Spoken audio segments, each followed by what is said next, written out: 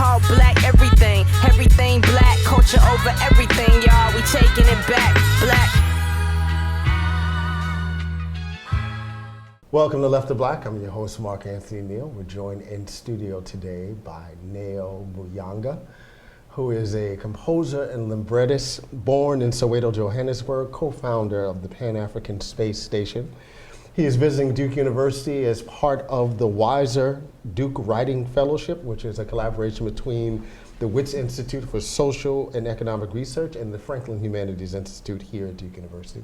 How are you doing today, Neo? I'm very well, thank you.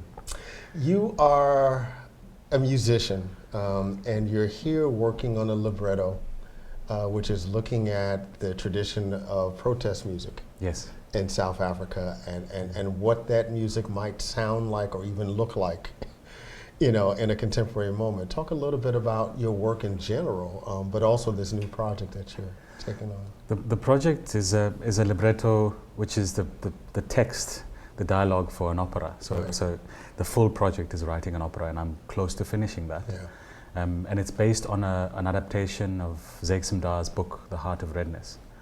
And it's about a number of themes. Central of those themes is the story of Nonauza, the 19th century prophetess, the Xhosa prophetess, who asked members of her clan to respect their ancestors by murdering their cattle and destroying their crops, in exchange for the ancestors returning and pushing back the colonial forces, the white settlers, back into the sea to liberate black people. And so the book flits back and forth in time between the current time and the 19th century when this prophecy was playing out, and looks at the effects and the rift that happened in the family between those who chose to believe the prophecy and who did the cattle killing, and those who chose not to believe it and who then suffered the subsequent fate. And it's about how those people play into the politics of South Africa today, where some of the people who are called believers because they believed in the prophecy are today believers in a tradition that wants to go back to how things used to be for black people. And the non-believers are the people who want progress, who want development, who want casinos, who want capitalism, who want a changed world. And it's about this political diatribe between these two. Is that a strong tension in contemporary South Africa? Is that like a core aspect of some of the divisions that might exist in the country right now? I think it's absolutely the biggest question we have today. What's happened since the advent of democracy is that you've seen the development of a black middle class, and in certain circles that's associated with the growth of a black capitalist class. Right. And where we used to come from an environment where the privilege used to belong to white people in rarefied spaces, you now find this very strange dichotomy between people of the same race and the same family, some of whom happen to be more wealthy and more educated and therefore have more access than others who've been left out in the cold and are more and more marginalized. So what's happened in South Africa lately is that the system of what's marginalized and what's shifted off to the periphery and the ghetto has actually increased along the lines of what was set up under the apartheid structure. It's the saddest truth about the democratic dispensation, is that it's used the same tools and the same design, essentially to grow the poor class. How does that play out in terms of thinking about musical traditions? You mentioned a kind of hyper-black middle class that is looking forward. How does that play out in terms of music and the arts? Are they rejecting older musical traditions in that context, or older artistic, connections, and trying to make, different kinds of connections artistically? And when you talk about, some of the folks who are left back in the ghettos, are they embracing some of the older musical cultures? Yeah, we've had a very big problem, I think, with connecting to traditions because, again, apartheid mentality, apartheid education, I think, forced everybody to separate themselves from what was considered poor, uneducated, unevolved, undeveloped. So, I bought an archive of music that was released by what's today called the South African Broadcasting Corporation. back in 1948, there was a period between 1948 and 1959 where the apartheid government funded the recording of different music from different languages, black language groups in South Africa. And if you listen to that material, when I listen to it and I do an analysis and I just, try to dance to different tunes, I find myself much more excited about the global yet very particular nature of the music that was being made between 1948 and 1959. And this was the period where the formal apartheid structure was being established. Right. What subsequently happens in music in South Africa is less and less politically engaged, less and less lyrically, textually engaged, and traditionally exciting. And so what happened with music in South Africa, I think, over the 70s and 80s was a kind of an oversimplifying of what we regarded as exciting and what we were able to share musically and artistically. In fact, in the 80s, I remember we had a genre called bubblegum music. And really that was a reference to how it was just music to chew for 2 minutes and to spit out. There was nothing of value to it. And a lot of that was, I think, because it negated what was traditional. It negated what was profound. It negated what would have been educational, what would have been of a kind of cultural value of sorts. And what we've seen in the last 20 years, parallel to the process of democratization, is a reimagination around the space of the traditional, an attempt to recapture the magic. So what we've seen recently is urban music, popular music, that is trying to reclaim its place with dignity, trying to speak about itself in a kind of culturally evolved way, which hasn't happened in a long time. So there's a big shift. I'm not sure we understand quite what it is, but there is a big shift afoot. How does your music fit into this conversation? I'm in a sense I'm an aberration at home, because I work in the opera classical not space. Working in the pop context. But I also do work in the popular world. So I make pop music and I tour in kind of a jazz configuration. What I find with my music is the pop music has become incredibly commercial, and I think it's copied from what's happening in a country like this in America. Absolutely. So street music, black music has become the voice of this particular generation, and it happens to be vocal and powerful now because people are able to invest bigger and bigger slices of their resources into it. What I also find is, working in the classical space in opera, my project is to diversify classical music and to diversify the meaning of opera and the operatic, because we live in a country, lo and behold, where opera really is beloved not only among the elites like it is in the rest of the world, but millions and millions of young marginalized black people also love opera. Right. And the reason for that is our colonial history. The colonial history which led to missionary schooling, which led to the establishment of a certain kind of choral tradition. And this choral tradition is what determines what people consider beautiful in terms of vocalizing.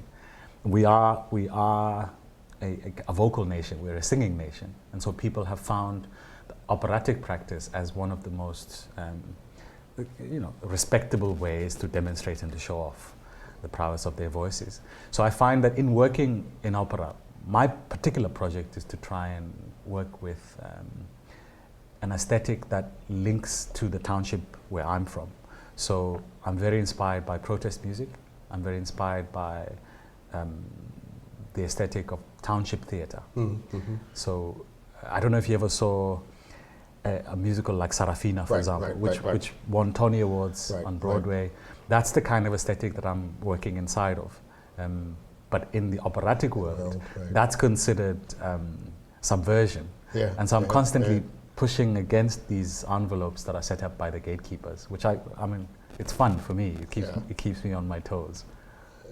You're watching Left to Black. I'm your host, Anthony Neal. We're joined in studio today by Muyanga, South African composer and librettist who's here visiting Duke University for a short time. The project that you're working on while you're here is called Revolting Music. Yes. Talk a little bit about that title, which, given what you just said about even kind of shaking up the opera world in South Africa, you know, suggests multiple meanings to this idea of revolting music. That's absolutely what I was hoping for. The idea of revolt, the idea of protest music, is very much something we identify with ourselves, because South Africa is known. It's a cliche now, but South Africa is known as the nation that won a revolution in 4-part harmony. Right. This is what Abdullah Ibrahim calls it, and so I enjoy playing with that idea, that poetic idea. But it is also an offensive idea to be infiltrating this pure, what people think is this pure rarefied world of classical music. When, I studied classical music, and certainly the further back you go, the more you realize classical music became classical by decree. It became classical really in the 18th century. Someone said. Right. Yes, when somebody wanted to differentiate it and to put it on a pedestal, right. To mark it as more important than other music that was being created. Not like what's happened with jazz here in the United States to some extent. Yeah. Absolutely. And I'm interested in how the profane plays into that, and how the street impure kind of intrusion plays into this pure rarefied space, because our country in particular is built really around this legislative structure, and how the illicit lives right up against it, to where people who are forced to survive in our kind of economy are really forced to survive in the cracks. We are kind of a place where what you'd call the black market lives right side by side with the formal economy. Yeah. In fact, our former president used to call it, the two-tier economy. And everybody thought, oh, what do you mean? Who's on which tier? What tier, right? Who are some of your musical influences? Oh, I draw very much from people like Gibson Kente. Gibson Kente really is considered the father of township theatre. He was a director, a musician, and he educated people like Mbongeni Ngema, who then wrote Sarafina and a few other shows that became really massive around the world. But I'm influenced by some of our jazz greats. Miriam Makeba is a very great influence. Miriam Makeba was the first African global star, right. Because she won the Grammy in '65, and that opened up a whole world of African music to people around the world. And I think it made people in the South feel very proud. Yeah. So people like her, people like Hugh Masekela, I've spent a little bit of time hanging out with Huey, as he likes to call himself. And he's a wonderful old man, full of knowledge and full of, just exciting energy. So I take a lot from that. I'm inspired very much by people like Nina Simone in this country, who made music that moved people on a spiritual level, but also politically was able to galvanize and really pull people with her. I enjoy opera music, obviously, so I like music written by Verdi and that kind of classical European catalogue. But I find myself listening to a really broad spectrum of material. How has some of the new technology changed, what you get to listen to, but also how other audiences get the opportunity? I had the chance to download your last recording, the mixtape. All right. Oh, wow. On iTunes, and I just find that the fact that we can find your music on iTunes or YouTube or just your website, just opens your music up, and anybody's, globally, to a different kind of audience. How has that changed for you over the last 5 years in terms of your ability to be able to reach wider audiences? I think the internet has been a huge, huge leap forward for people like me, people on the continent who have been making contemporary music all along. Yeah. Suddenly are able to afford to do that in the comfort of your little bedroom on a computer. So, in fact, you mentioned in your introduction the Pan-African Space Station. The Pan-African Space Station was a platform we set up to celebrate this idea of African music that is being created with technology in the 21st century. Music that confounds the categories of what is called African, but also about how that music is able to travel around the globe now because of platforms like YouTube, like iTunes. So it's allowed us to be able to draw from influences across the world, but it's allowed us to be able to have conversation with like-minded individuals in China, in Africa itself. You know, there's a big difficulty communicating amongst us as Africans, and the internet has really opened up that space, with Kenya now playing such a leading role in kind of designing what is going to be the internet of the future. It's a really exciting prospect to be able to share music, but also to establish contexts that then allow us to be able to travel, to perform for each other and to invite each other to perform in our country. So I think technology has been really primary in how it's liberated people and really brought back dignity to the African musician, who's able to now speak to a global audience as a kind of a fully fledged member of this community, not as an add-on that comes on a curio festival around the world. Or the world music station. Absolutely, absolutely. And I think the internet is actually complicating the conversation around what is world music. Absolutely. And the idea of world music having come from the idea of third world music, the idea of this marginal space again that wasn't at the same round table as all other kinds of musics. I think that division is now clearly being diminished. And being able to have your music be represented as it is without, and for lack of a better way to describe it, the white benefactor. Right, you no longer need Paul Simon. Absolutely, right. Absolutely. To validate the music. Absolutely. That's been a huge shift over the last 20 years. Huge shift. I've become a real big fan, speaking of, musicians in South Africa, Black Coffee. Yes, he's doing some great stuff. And again, it's not something that you would think about as, oh, this is South African music. It's just good dance music. Exactly. Right? It's just great production. Exactly. No, he's doing great stuff. And in fact, I travel a lot and I see people who are attending festivals around the world talking about electronic music from South Africa. In the same way as they talk about electronic music from Belgrade or wherever it is. And it's now an accepted practice. And there are collectors, and so Black Coffee is having a conversation with people across the world. They go to this Miami convention on electronic music on a regular basis to play parties in the same way that DJs here. Theo Parrish came to play in Cape Town a few years ago. And I had this conversation with him about house music and what it means today. And so we now can have a conversation over the internet about sharing tracks and making music together, which was completely unimaginable 15 years ago. So hoping that when Revolting Music is done and ready to travel, that you'll be visiting us again here at Duke. I look forward to that. I'm enjoying it. I'm enjoying being here, and I look forward to reconnecting again. It's been great talking with you, Neal. Thank you, Mark.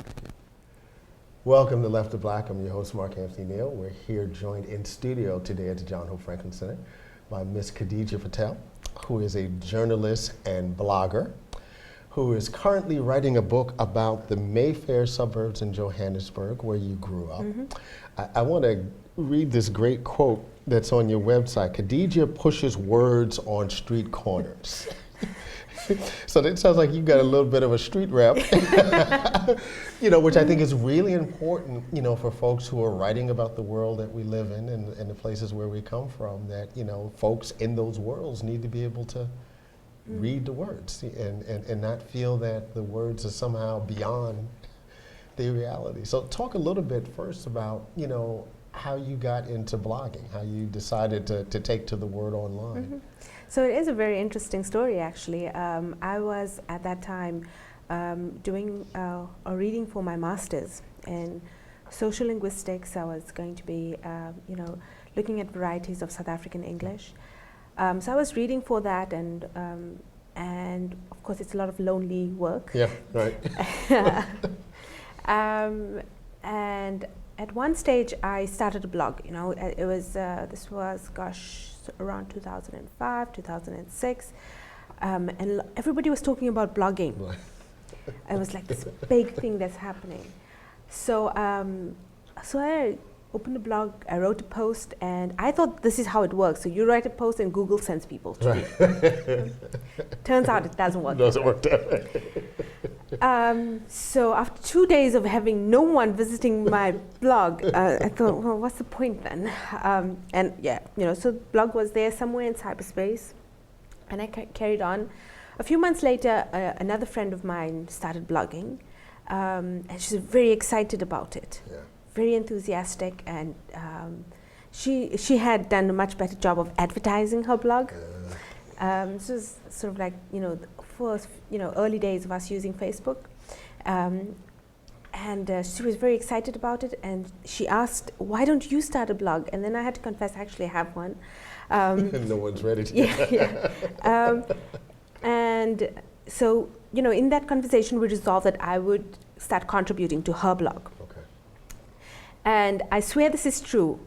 Within an hour of having that conversation, I received an email from from the contact form on that blog from a journalist in Uganda saying, "Hi, I came across your blog. Why don't you blog anymore?" And that was a sign from above. Right. I started blogging with gusto. So like I said, so I was reading for my master's. I started blogging, so I started writing a bit more. But I also started connecting with many other young writers in South Africa at that time who were blogging, and it was an education in itself. But in this process, and I started writing more, and then I realized. I could actually start getting paid for writing. So I started doing these little community jobs in community papers. Right. So I mean, I've explained to you, I was studying linguistics. I was, focusing on social linguistics. I was definitely a far cry from, from anything in journalism or media. Right. I mean, my ambitions at that time was to join the UN and save the world. So instead you joined the blogosphere to save the world, right? But the thing is that I always wanted to be a journalist, actually. I mean, one of my earliest ambitions as a child was to be a journalist. I come from, in my mother's family, are very connected to the news. One of my uncles is a renowned journalist in South Africa. My grandfather reads 5 newspapers a day. On any day. So I come from this family who are very connected to the news. Right. So it's in my blood, if I could describe it that way. Right. Yeah. So it was sort of a natural inclination towards writing, towards the news. And then as I started writing more, I even, after that experience with that, with that Ugandan journalist and getting to know him better and him introducing me to to bloggers and writers in Kenya and Tanzania, I realized that there was an opportunity here for us to connect, for Africans to have conversations, young Africans to have conversations among each other, because we often don't have those conversations. We don't know, for example, what kind of music are we, what kind of music is popular in Uganda today, or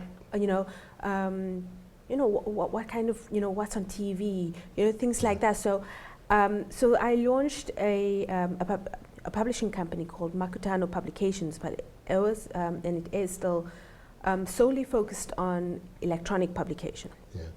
And so we started up another blog called Makutano, and Makutano is a Swahili word for a place of convergence. And so we had this blog where, we had, and unintentionally so, but to my annoyance at sometimes, it did, the blog did take on very decided political, sort of clothing as well. And that wasn't your intention? No, I mean, I didn't want it to be solely political. Right. I didn't want the only conversations we were having about, about organized politics. Yeah, gotcha. But as I started, I got busier. I then even ran my own print magazine for 2 years. It was distributed across South Africa. Yeah. And so, in this time, you'll understand that there's no mention again of the masters. Right, right. It definitely fell through the cracks. And as I started writing more, I then received an offer to begin writing a column for the Daily Maverick, which is South Africa's first, or sort of online-only news publication, but also one of the most distinct publications in South Africa today across the board, because they do employ young journalists, but also are not afraid to to tell the stories differently. So it was a very exciting opportunity for me. I began writing a column for the Daily Maverick. I did that for a bit, and then I was offered a full-time job with them as a journalist. And so that's what I did for close on 3 years.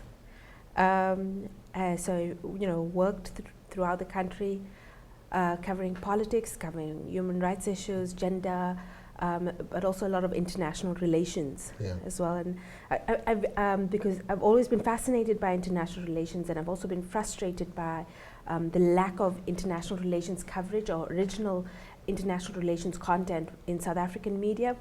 So I'm inclined towards that. But when I try to interrogate that inclination, I think that I'm also driven to understand how South Africa relates to the rest of the world, and to tell the story, and how the sort of the mechanics, the everyday mechanics of South Africa relating to the rest of the world, which I think then also comes back to how I as a person, relate to the rest of the world. So that's what I was doing, and then I took this year off. I resigned from the Daily Maverick. I took the year off to start writing the book. I was awarded the fellowship with my colleague Muyanga, and so we've been at WITS, which is the University of Witwatersrand in Joburg, where we've been working on our projects, and now we've come over to Duke. Yeah, and hopefully the book will be ready sometime next year. In the meanwhile, I've also gone back to my own, sort of publishing roots. I've also launched a publication, again, an online publication called the Daily Vox. It's a South African publication, and again, what we're trying to do here is to tell the South African story a bit differently, and I think this is true for media, sort of across the world, where the voice of ordinary people is not being heard. Yeah. And it's a frustration when you're working within the media and you understand this, that we end up telling stories like, politician A said this, politician B said this, and political analyst or pundit says this. And that is the sum of most of the journalism we do every day. In the meanwhile, the actual living experience of, the result of those debates and those discussions, the lived experience of that is not told until someone starts protesting somewhere. Right. That sounds remarkably like the United States. You're watching Left to Black. I'm your host, Mark Anthony Neal. We're joined by Khadija Patel, who is a journalist and blogger from South Africa. She is visiting here at Duke University as a Wiser Duke Writing Fellow. You mentioned something earlier, about your development as a journalist. And I'm one of these folks that actually don't like the term blogger. Mm-hmm. Because the term suggests that somehow the work that folks do on their own sites is demonstrably different in quality, in reach, in thoughtfulness, than what quote unquote professional journalists do. And the important thing about these online sites, whether you call them an online magazine or a blog, is that it's democratized information. Yep. And I think part of the reason that it still gets termed blogs, right, is to be dismissive. Yes, absolutely. Of that kind of work, so that when you talk about, this idea of news and information that reflects everyday people, and in the case of your work, to take that back to Mayfair, right, and all the conversations that we've had the last decade or so around this idea of Afropolitan identity, right, we could almost only have because of the internet, right? Because of social media, Twitter and Facebook and what have you. And in some ways, the Mayfair that exists now, is a microcosm, for what's happening internationally around, African identity. So talk a little bit about how, Mayfair has changed from when you grew up, and how some of these issues on the ground now that you're writing about really reflect this interesting tension about when Africans literally go out and become part of the world. So Mayfair is a fascinating place. It's a suburb very close to the city centre. And it's a largely residential suburb, but it's joined by Fordsburg, which is and has historically always been a commercial node in the city as well. But Mayfair during sort of high apartheid, and when the Group Areas Act was enforced, was labelled a white area. Okay. But significantly, this was an area where poorer whites lived. And the area itself, went through, a process or years and years of neglect. Yeah. Really, these were poorer people who couldn't afford to, pretty up their houses. Also couldn't afford very high rentals, so landlords were becoming quite desperate in the area. So, I'm talking around, sort of 1970s now. And in the meanwhile, a lot of things were happening around Mayfair as well. Very, very close by, on the other side, sort of the northern border of Mayfair is a suburb that, Joburgs know as Khadijas, which was largely a multiracial suburb, very vibrant economically. That was also declared a white area. Yeah. So the black folk there got moved over to Soweto, colored folk got moved over to El Dorado Park, and Indian folk got moved to Lenasia, all roughly about 20 kilometers away from the city center. And then, so many of the Indian folk who were in Khadijas were traders. And there was one particular street there called 14th Street. It was a very popular shopping street. People came from across Joburg to do their shopping there. And the traders there often, lived just above their houses. But now they were moved sort of 20 kilometers out of the city. Right. And in the meanwhile, the apartheid state constructed the most horrendous looking mall very close by to recompensate those traders with a space for them to do business. So now they're faced with this issue where their houses are 20 kilometers out from where their businesses are. And they're not used to commuting because in Khadijas they lived just above their stores, and it was also a family affair. When you're busy, you just call your wife down to come and help you. Right. So traders, or this sort of like moneyed class of Indians, began buying, and this is after the 76 uprisings. So there seemed to be, and I think a lot of academic work has gone into trying to understand why did people start flouting the Group Areas Act on such a large scale at that time. And it seemed to be that the pressure on the apartheid state after 76 was so great that people became emboldened in their own resistance and in their own sort of everyday rebellion. So so you had this sort of trading in moneyed class of Indians who began moving into Mayfair. Okay. So encroaching on a space that was never meant for them.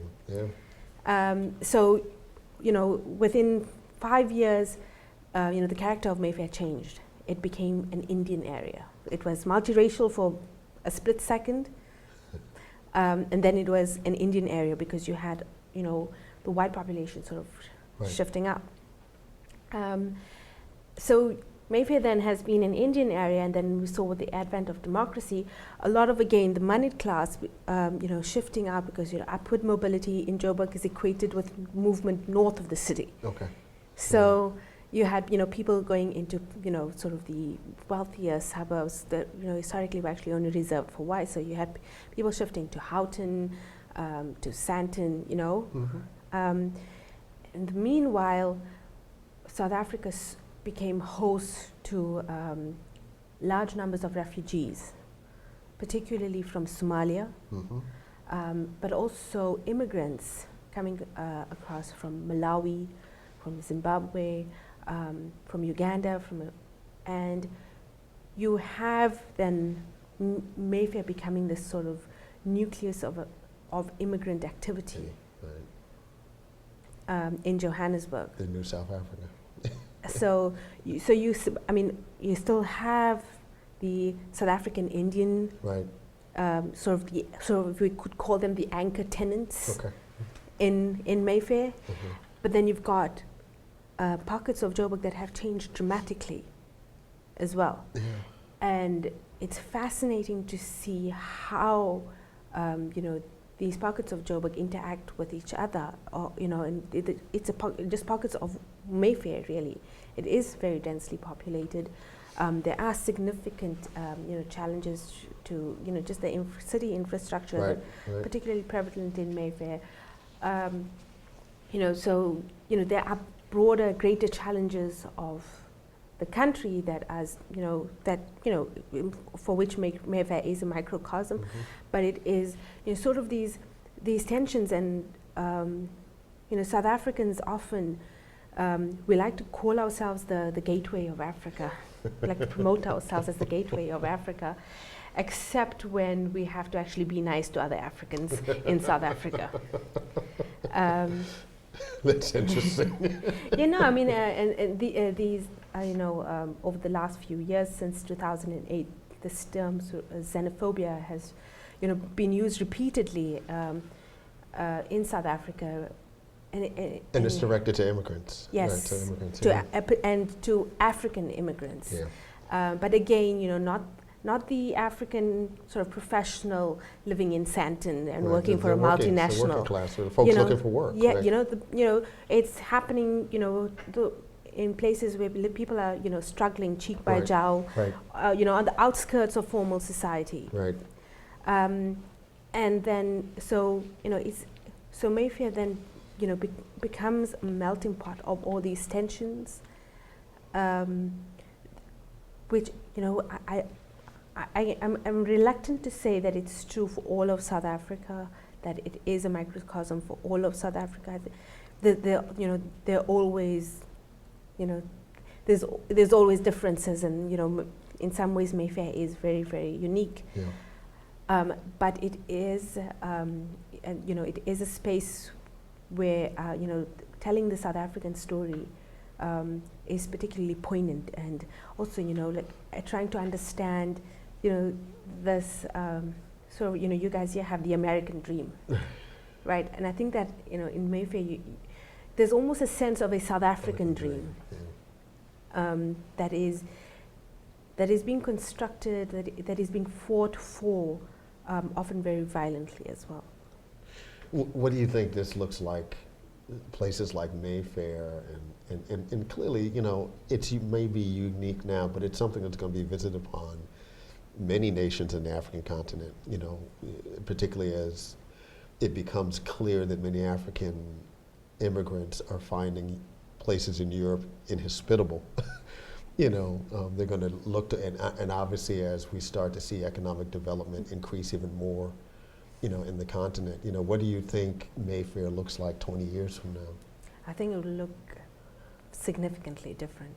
I think remarkably different.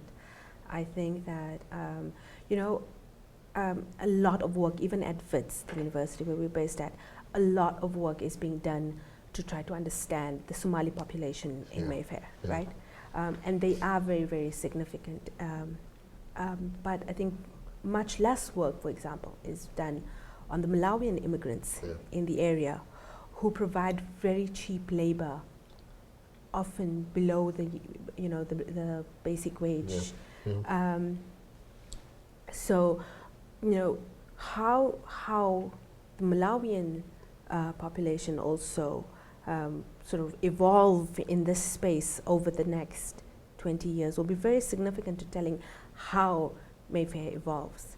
And with them, questions also around, and so you also have a very large first generation Indian, Pakistani, Bangladeshi immigrant population as well, who are very distinct from the South African Indian population, and how they evolve, you know, in sharing this space. You know, it will. I think that it is. I think Mayfair will always be a hub of immigrant activity in Johannesburg. Because of its physical proximity to the city center, because it is very, you know, it is very easy to get around the city from there. It will always be a hub of immigrant activity, but you know, I think, and it always will relate to as well how we think, what happens, you know, the decisions taken at a macro level as well. We're seeing a lot of you know, decisions taken, for example, by our Minister of Home Affairs announced recently, you know, various measures to sort of curb, you know, immigration in the country. You know, implement. I mean, a lot of them are, you know, just trying to tighten up loose ends in the system, but it is making it increasingly difficult as well for you know, for immigration to become formalized, especially. You know, outside of sort of a professional class.